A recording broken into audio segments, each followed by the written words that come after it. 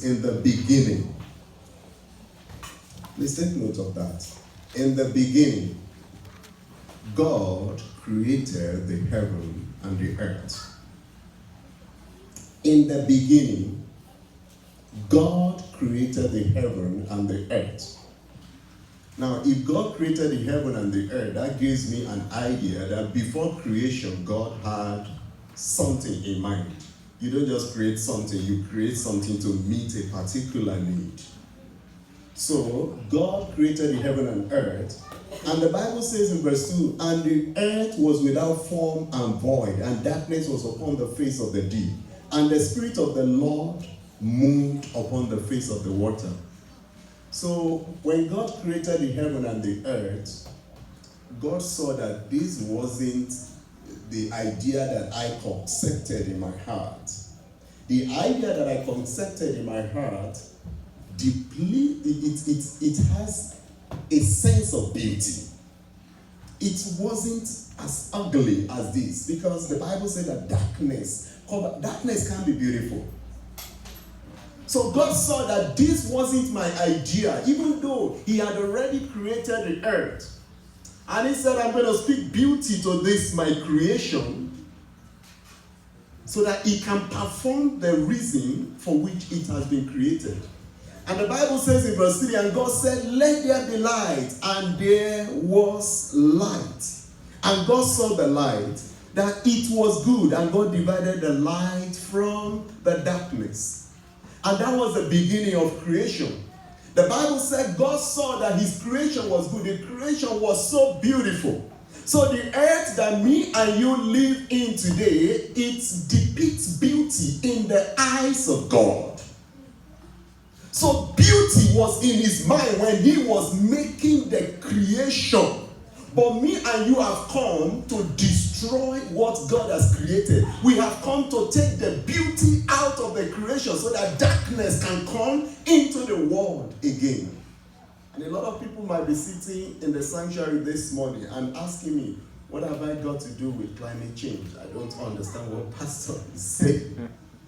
What's my own?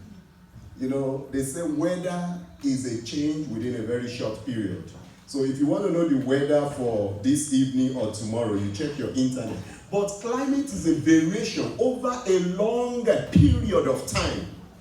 And you have heard, the children talking about climate change all this while. And today I'm not defining climate change.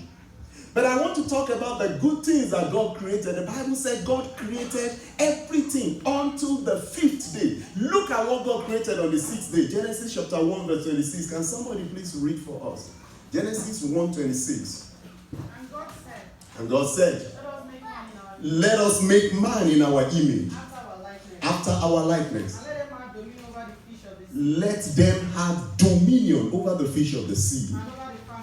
Yes. Over the cattle.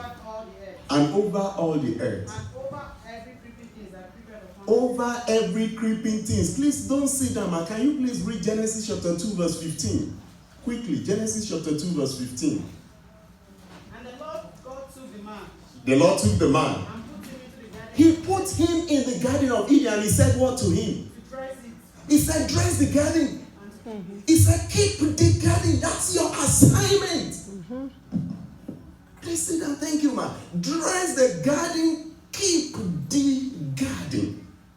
So God created man for an assignment to have dominion, to carry out His assignment on the surface of this earth. Brethren, the earth does not belong to you. The Bible says that the earth belongs to God and its fullness thereof. Everything belongs to God. But He has made you to take care of His creation.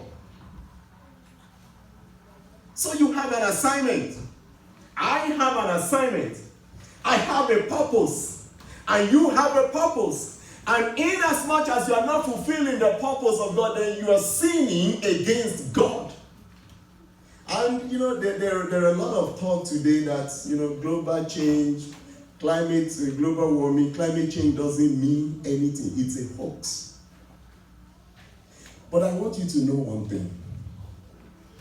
A lot of people said, the scientists are lying to us. Look at the book of Proverbs chapter 15 verse 4. Can somebody read for us? The Bible speaks about the heart of the intelligent seek what? The mind of the intelligent seek what? The Bible says it seeks knowledge. But the mouth of the fool speaks what? Folly.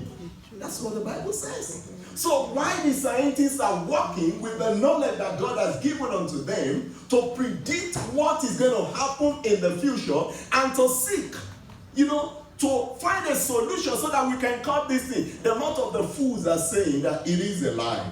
So the earthquake is a lie. The hurricane is a lie. The sea level that is rising is a lie. Hurricane Katrina is a lie. And every other thing is a lie. Some people even tell you that, the end of the world is coming. And that's the reason why all these things are happening. People give you a lot of explanation to it. But I have come to let you know this morning that inasmuch as you are not following after the commandment of God to keep the earth, then you're destroying. And when you destroy the earth, you're saying that my children have no place again in the world. Now, when God created Adam and Eve and he placed them in the garden, he gave them a commandment. And he said, everything in the garden I have given unto you. But there is one thing that I did not give to you, one tree. Do you know that Adam and Eve were much more interested in what they could not have? They paid so much attention on what they could not have. Most of the problem we face today with climate change, it comes with technological inventions. It comes from everything that we consume, every research that we do. We want to get better, we want to do things, make life easy for us, but in the process, we're destroying the economy. A lot of people are so selfish, self-centered, they put up companies, they emit gases, everything just destroys the atmosphere. But they make money, they become big, they call them corporations. And they control the economy, they control the government, they control the politics, they control everything. And then God sits down in heaven and looked down and said, these are the people that are meant to keep the world safe. But they are destroying the world. When you study the Bible very well, God created the world, the earth, in the book of Genesis chapter 1. But when you get to the book of Genesis chapter 7, God started getting tired of his creation.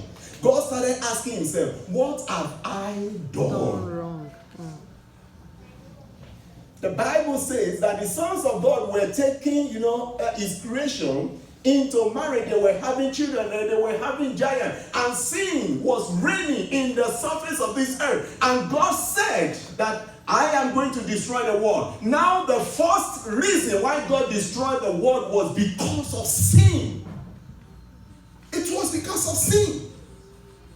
And the only righteous person that God could find was Noah. And he said, Noah, build an ark.